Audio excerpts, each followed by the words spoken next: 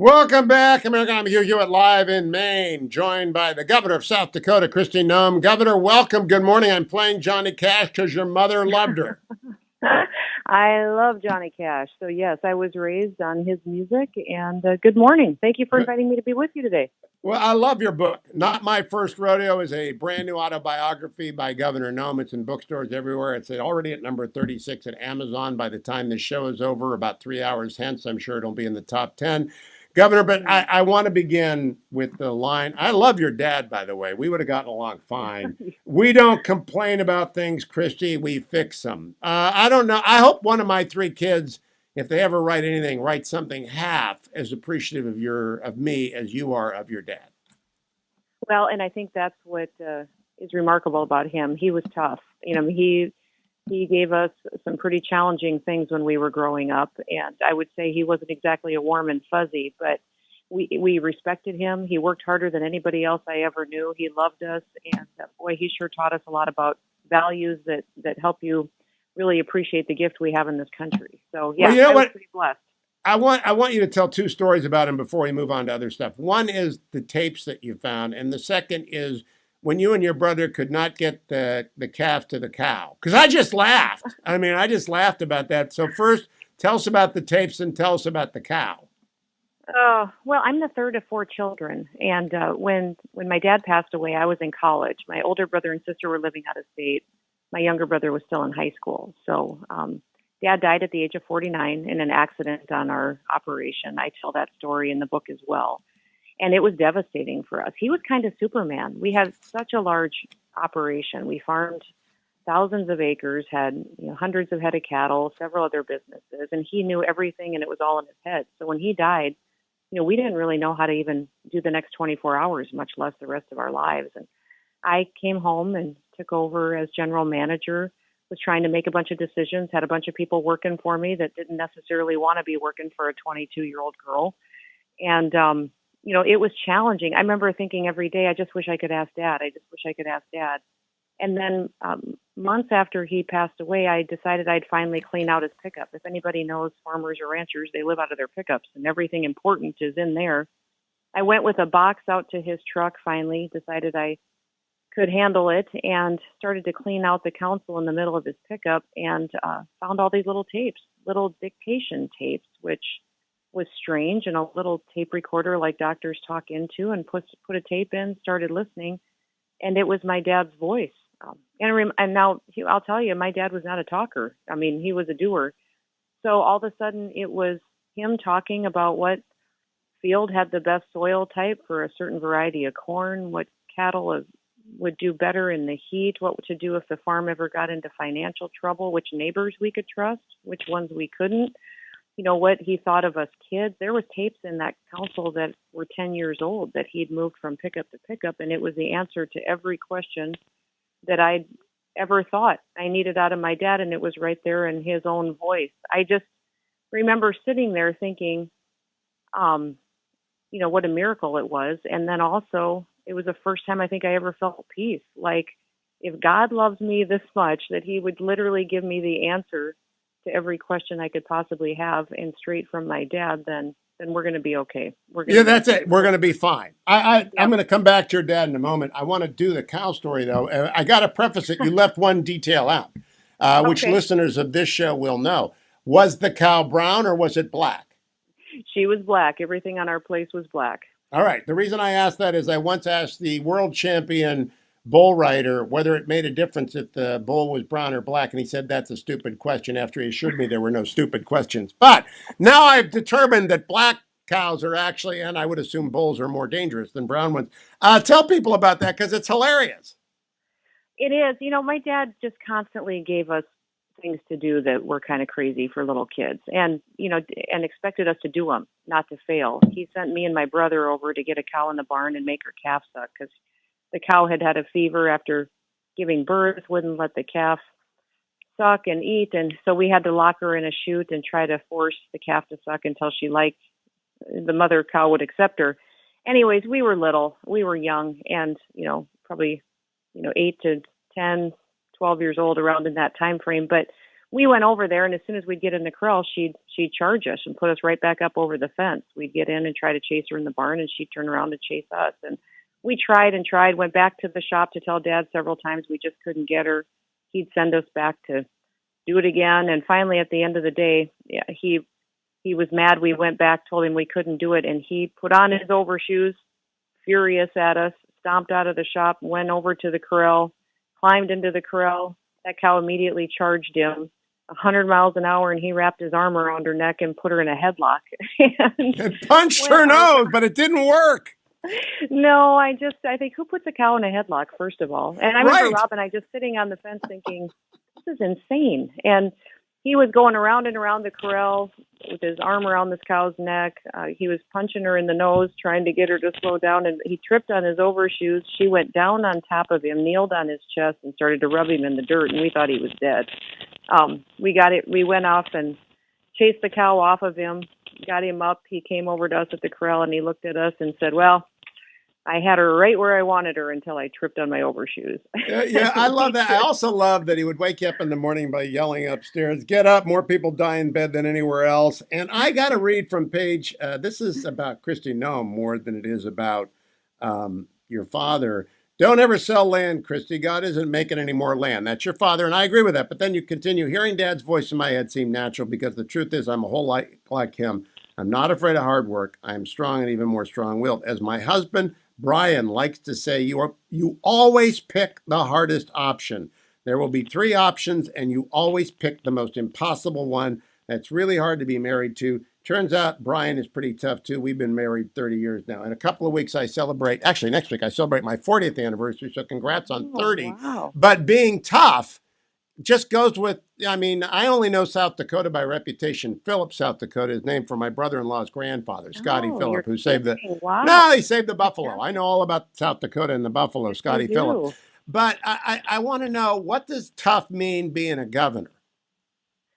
Well, I think it means knowing what's right and doing it. You know, anytime you're in an elected office, there's going to be political pressure to do things for different reasons.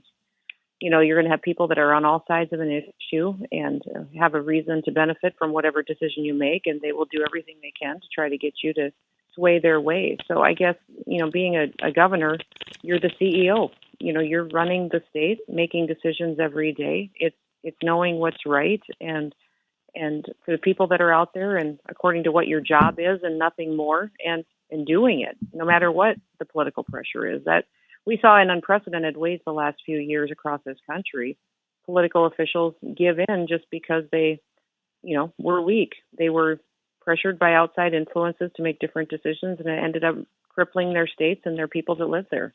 We're going to come back to that. Before we do, I want to talk about Kristi Noem as mom, because I found your story about Booker. He is your youngest, right? I got that right. Booker is your youngest. Booker is learning to ride. I say drive. I've been on a horse twice in my life, Governor. Booker, you have to explain to him why he cannot scream when he's on the top of a horse. I mean, he really didn't want to be on that horse, and he was screaming, and your daughter called, and you explained it better. You explained it so that I understand it, and I know a horse has got 4 legs, and that's about it. Would you tell people why you cannot scream? Well, you got Booker back on the horse because you explained it to him. Well, it was interesting because, you know, parenting had to change when I got elected to go to Congress. You know, I did a lot of my parenting long distance during the week because I was gone. So Booker was out practicing for his horse show that he had to get ready for. His sister was helping him. He was a little guy, probably 7, 8 years old. And he had been screaming on top of his horse because he did not want to be practicing and yelling at his sister. She called me. I said, get him in front of Skype, get him in front of the computer. And when he showed up on my screen in my office in Washington, D.C., he had tears running down his face. He was mad at his sister, mad at his horse, and didn't want to do it. And I just explained to him what a horse feels when someone is screaming and sitting on their back. I explained to him that, you know, the horse's greatest enemy is really a mountain lion. Mountain lions attack horses, drop on them from trees and from above. A horse fights with their teeth and with their feet. But the most vulnerable area of a horse is their back, the base of their neck. And that's where oftentimes a mountain lion will attack knowing they can break their neck and paralyze them. And I said, when you're sitting on top of that horse, screaming like that, what do you think you sound like? And Of course, Booker had never heard this before, and he said, I sounded, I bet, like a mountain lion. I said, yes, you did. And what did that horse do? He said, well, Lexus just stood there. I said, are you telling me that horse loved you so much that she thought a mountain lion could be jumping on her back, ready to kill her, but she loved you so much she just stood there and protected you and didn't run off and hurt you? And he started to cry, and he said, yes, I'm so sorry, Mom, I'm so sorry. And I said, don't you ever scream on top of a horse again. And you get out to that arena and you apologize to Lexus and you tell her you are so sorry and get back on that horse. And when we get home, we're going to talk about this. And Cassidy said, she called me later and said, I don't know what you said to him, but he went out to that arena, wrapped his arms around the front leg of that horse and laid his head in her chest and cried and apologized and said he was so sorry and got on and practiced hard the rest of the day. So I think a lot of it is just, it's understanding animals and working with them is understanding people. Governor, it's great parenting. It's also great writing. Now, when I read books, I look to see whether there's a ghost at work. And you may have had some help, but no one comes up with that story or relates it the way that you related unless they wrote the book. And that's why when Attorney General Barr was on, I loved it. I like books that are written by the author. So you obviously did a lot of work on this. I don't know if you wrote every word, if you had editor help, whatever, but that story is a really memorable story. And the book is full of that. I got to ask you, a lot of people will look at a book by Kristi Noem coming out in 2022 and say she's running. I mean, that's what they'll say. She's running. She's running in 2024. Are you running? Well, I'm not running. No, I'm running for re-election of governor. Well, you're going to win re-election. Come on. Well, I'm talking about the presidential. I haven't lost yet, so I'm planning on. I've run quite a few races, and I always win, so I'm determined to do that. I think that the 2024 race will take care of itself. We got a lot of people interested in running for president. I would say this country does need new leadership. I'm not convinced it has to be me at all. I want to do what I can for my state and continue to do what I can to protect this country, but I'm not planning to run. You're one of what? Wait, you're not planning to run? I'm not planning on it. No, I think that there's probably 50 people out there that want to run for president right now from the Republican Party. I'm not convinced it has to be me. Would you change your mind? What circumstances under which? I'm going to come back to the book, by the way, after the break, so don't worry about that. By the way, we have not said "not my first rodeo" 7 times, and Frank Luntz advised me in any book interview, the author has to say the title of the book, "Not My First Rodeo," 7 times if you want people to remember "Not My First Rodeo" and go and buy "Not My First Rodeo" at Amazon. So there, I got "Not My First Rodeo." Told me that. Yeah, it's my first rodeo. He should have told me that. Frank's a good friend. Frank should tell you that it's one of Luntz's Words at Work rules, and it's one of the most important books I've ever read, but Not My First Rodeo is really a good read. Are there circumstances that would lead you to change your mind and throw your hat in the ring, as you have often done, literally, in Not My First Rodeo? I think President Trump is going to run, and if he runs, I'm going to support him. His policies did fantastic things for our country. So Nancy Pelosi's 1-6 hearings have not changed your mind at all? No. I mean, half of that testimony I don't believe was even true or remotely close to reality. So it's ridiculous what's going on out there. All right, I'm coming back for more specific questions because I have the Snow Queen with me. Whether you know it or not, Kristi Noem is Snow Queen of Montana as well as governor. We'll talk about that after the break. Don't go anywhere. It's the Hugh Hewitt Show. Welcome back, America. It's Hugh Hewitt. If you read Governor Kristi Noem of South Dakota's new book, Not My First Rodeo, you'll find out her mom loved Willie Nelson. And her father is often on her mind, so I thought this was the perfect bump. Welcome back, America. Governor Noem and I are going to talk about 4 things before I let her go. But don't forget, the book is called Not My First Rodeo. It's a joy to read. It's available at Amazon.com, Barnes & Noble, every bookstore in America. If you get Not My First Rodeo, you'll thank me for it. Page 184, Governor. If you've stayed with me this far, and I did, you know I regard my time growing up on a working farm as the single most significant preparation I had for serving as governor. Funny though it may sound, the second most significant experience, and it is admittedly a distant second, was the year I spent as South Dakota's Snow Queen. I say that with complete sincerity. Okay, so what is a Snow Queen, Governor Noem? Oh my goodness. Well, in South Dakota, every high school or local community used to have these local competitions that were interviews, speeches of ambassadors that were called the local Snow Queens, and you learned about your community, and it was a leadership program. And if you won your local contest, you went to the state competition in the winter time, and they chose someone to represent the entire state. And you would spend the next year traveling around the country talking about South Dakota, how special it was, the wonderful things that we have and the people. And most of the senior girls in high school would compete in these competitions when I was a senior in high school. So I did it as well, along with all my friends, and happened to win the local and the state competition. So I ended up spending a year traveling and talking about South Dakota, and won some scholarships to the college that I attended. Got to use a car for a year and have several different opportunities. It was just interesting to me to be a farm girl and to win something like that, and then immediately turn into a challenge that taught me to speak and meet people and greet them and be an ambassador for our state. That's what I think is amazing. It's like speech and debate, which I encourage every high school kid to do, because you got to be able to stand up and talk to people if you're going to make any impact on the world. And I think being a snow queen, did you get to Phillip? I just want to make sure you've been to Phillip, South Dakota. Of course I went All to right, Phillip. I went checking. to Phillip quite often. Fantastic town. Now I want to talk about 3 specific issues. These are specifics. The first from page 176. For starters, there's a ridiculous stereotype that Republicans aren't supposed to care about the plight of Native Americans. I flatly reject that. You write in my first radio. I do care, and I simply wasn't going to stand by and do nothing. I think Republicans need every vote from every voting group, ethnic, religious, race, whatever. I want people everywhere, and you will go to the tribes and ask for their vote. Absolutely. I've spent a lot of time with communities in our tribes, and my biggest contention has been with the leadership of the tribes. They've at times kept me away from their communities, told me that if I went there without their permission, I'd be disrespecting them. And so, that situation has been difficult to manage because the tribal leadership at times can be corrupt. It can be very manipulative, trying to keep a lot of power and money to themselves and not share it with their people who are desperate and living in poverty and struggling with different challenges. And to keep others away from who want to help is just the wrong thing. So I grew up, in an environment. I had a foster brother who was Native American. My mother was extremely passionate about the culture, and I grew up, learning a lot and knowing a lot about Native American culture and wanting to help them be successful just like anybody else. So that is important. I want people to understand that because it's quite different from our legal approach to whether or not tribal sovereignty ought to impact a governor or a state's ability to reach every member of a state community, and that's being fought out in Oklahoma. Let me go to girls' sports, page 185.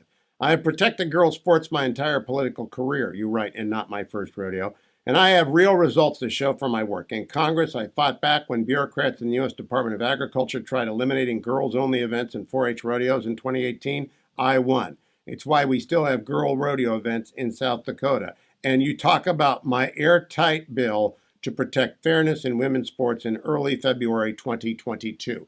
This issue, I believe, is a 70-30 or 80-20 issue in America, but it doesn't get that because among elite opinion makers and legacy media, they believe that trans women ought to be able to compete in women's sports.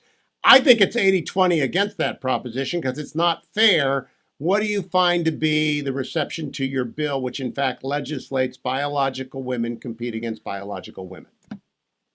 Well, I think it was widely accepted in the state of South Dakota, and people across the country certainly understand the fairness of this issue. It's the liberals that try to twist this into something else. This bill is specifically about fairness. It's about science. It's about ensuring that our women can compete, have success, that they can go on and win scholarships, play professionally if they like to. It's nothing else than that. And the fact that we constantly have liberals trying to drag different topics and conversations into this and make it act like we're biased against certain individuals, that's just not true. It's about fairness. And for years, these same liberals argued for Title IX, and now they're undermining it with their political agenda that they're pursuing today. So I'm proud of South Dakota, proud of my record on this. I've even seen, this issue was a little bit of a tough one for me because I've seen not only pressure from the left, but I also saw my friends and some of those on my right try to bully me into doing what was unwise that would have caused a bad law to be signed into law and put into court and be thrown out, which would have set bad precedent. So I'm proud of the route that we took to get this done and to do it right. And I've just learned that doing the right thing isn't always easy, and it's not always going to be applauded by your friends either. Well, I am for the dignity of every human being, and if they are transsexual, I will support their lives and their happiness. But I am also very, very aware that a girl participating in sports or a young woman in college, it's not just that girl; it's that girl's coaches and teammates and family and friends and the media, and everybody should be involved because Richard Nixon signed Title IX 50 years ago. I know about Title IX. My daughter benefited from Title IX. I just I just can't understand people who don't understand the fairness of biological women competing against biological women. No, I don't either, and I think they do understand it. I think they just want to undermine our entire system. I think that that's the real challenge is that there's a wider agenda, and they do this. They try to pick on an issue that they think they can win on to build momentum to get a larger agenda put into place. So I would not let people think that it's as simple as that they don't understand the fairness of it. It's more about giving a preferential treatment to a socialist, agenda that really is the long-term goal. Well, now let's talk about the left and the most important thing, which is the last 3 years in this country. Quote, I knew my principles for governing well before the global COVID-19 pandemic began in the spring of 2020. Stay transparent, know government's true limits, trust the people. Trust the people, by the way, is Winston Churchill's quote, and I use it maybe weekly on here, trust the people. Now, I admired Tony Fauci. He was a guest on the show many times until I asked him to resign and he stopped coming on. Dr. Francis Collins, I admire him, great Christian doctor, great scientist, and had him on many times until he stopped coming on because I lost confidence in the CDC. They started to make stuff up, and the FDA got stuff wrong, and they clearly overreached, and they were clearly unwilling to say when they were wrong, and they were obviously wrong.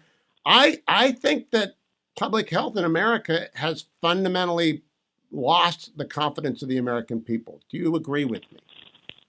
Yes, I do. In fact, it wasn't very long into the pandemic before I realized they were giving us information that wasn't accurate according to the research that I was doing. Talking to researchers all around the world, I spent a lot of time working with different experts who had studied viruses, how they spread, and a lot of that background and information just was not matching up with the recommendations that were coming out of Fauci. And as soon as Mike Pence and President Trump had Fauci, and Dr. Birx up in front of the American people, I was questioning it a little bit to myself and to people around me just because they never were conservatives. They never were unbiased. I watched them for years run around Washington, D.C. with Nancy Pelosi and liberal people. So I wondered why we were giving credibility to people whose history was not to be a part of a team and really do what was best for the American people. So, hindsight is 2020, and I think that now we just have to go into every situation eyes wide open and do our own homework. That's the problem with this country today is everybody reads headlines. They take a soundbite and grab it and run, when really we have a responsibility to make our own decisions, to do our research, and to really hold people accountable. And that's what I think is my responsibility. I would hope the public would start to do that as well. The fundamental problem of asymptomatic transmission is indeed a deep one. I'm pretty well read in the 1918 influenza. George W. Bush influenced me a lot by recommending the book on the Great Influenza.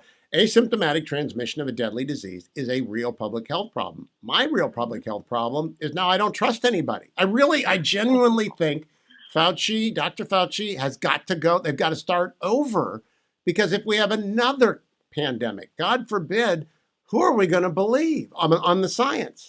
And that's the problem. I've said that for, over a year and a half now, that they are undermining the public's perception of health officials. Who will we listen to? They've been discredited. And that's the biggest concern we're going to have in the future is who will the public listen to now as the experts when they really need to have the right information? Now, let me close on some generally different views. Doug Ducey is a good friend of mine. He's the only man I've ever held, or woman that I've ever held a fundraiser for in our own home. My wife and I hosted Doug in our own home because I like him so much. And he's been the RGA chair for a couple of times now, and you know him well. Governor DeSantis is a hero in many people's eyes. There are many good Republican governors, and you get together at the RGA. I saw Glenn Youngkin for the first time down at the RGA. Then there's the Democratic Governors Association. They got all the bad governors. I mean, really, literally everywhere things have gone wrong are blue states. And then you all get together at the RGA. Okay, so all the governors come together. What's it like when you're talking to people who are flat out wrong on so many issues? Well, the Democrat governors don't come to RGA; they come to the National Governors Right. Association. And frankly, I quit going to those meetings. I just didn't think they were. Ah, I did not think they were worth it. There wasn't great policy discussions. I do have conversations with Democrat governors from time to time on different issues. Like the Western governors, we all have the same fights on federal land. We have the same problems with overbearing regulations on Forest Service, Bureau of Land Management, maybe drought issues, water issues. So I might work with the Democrat governor on issues like that, but it's very difficult in this polarized society to really have good productive conversations on policies with Democrats who just embrace this extremism. It's very hard for them, I think, to have a moderated conversation with a Republican and still defend what's going on with this White House. And they've been much more standoffish. I guess to be fair, I probably have been too. I just find less and less that we have in common that we could work together on. But we find some through the Western Governors Association just because we have some of the same challenges, and that's been helpful. Governor, I want to end there. For 30 years, I've retired from the active practice of law now because I've been doing broadcasting the whole time. But I lawyered against the administrative state on behalf of landowners on 404 permits, on Endangered Species Act, on clean air regulations. And I know what the federal government, the administrative state, is doing to landowners. Do you see them becoming more? We will have a decision in less than an hour from the Supreme Court on the EPA case. And I'm hoping that they uphold limiting the EPA's reach because federal bureaucracies are never satisfied. Is that your experience? Oh, it's a land grab every day. It's a power grab every day. So they're doing it through OSHA, through EPA, through these federal lands and regulations. And it's through compliance and penalizing producers and landowners out there if they don't fall in line with what they want. The 30 by 30 land grab is still a concern for me, that they want the federal government control of that percentage of land in the western part of the United States. So yeah, you were on the front lines of really making sure that we're defending America as we know it. The Federal Endangered Species Act is nothing but a violation of the Fifth Amendment taking clause, in my view. Do you have endangered species issues in South Dakota? Not as much as in some other states, but I remember back when I was in Congress, they were talking about putting the diamondback rattlesnake on the endangered species list because they were interpreting the endangered species list to be endangered or threatened animals. And somewhere in Wyoming, they were having rattlesnake races as a part of a celebration in a western town, and they considered that to be threatening them if they were using them to race them down Main Street for fun, and they were going to put them on the endangered species list because of that activity. And that's just manipulating statute for a different agenda. That can you imagine if we had rattlesnakes protected and we could? No, it's like wolves now, or the California gnatcatcher, or the leaf spills. Yeah. I did it for 30 years. I could go on forever, but I know you have a book tour to keep going on. Governor Noem, congratulations on Not My First Rodeo, selling like hotcakes. I hope you have time for a book tour. I know being governor is kind of a busy thing, but congratulations. Not My First Rodeo, a wonderful read. Oh, thanks so much. Thanks for chatting with me. And yes, I hope everybody will go out and buy it. It should be fun. It'll give you a little bit of understanding into how I make my decisions and why I do what I do. Thanks so much. You know what it is? It is most like the book by Evan Thomas about Justice O'Connor called First. She also grew up on a ranch, and ranch girls are just different. I'm now persuaded by these two books. You're just different from the rest of us folks. So thank you very much, Governor. Thanks so much. Have a great day. Bye-bye.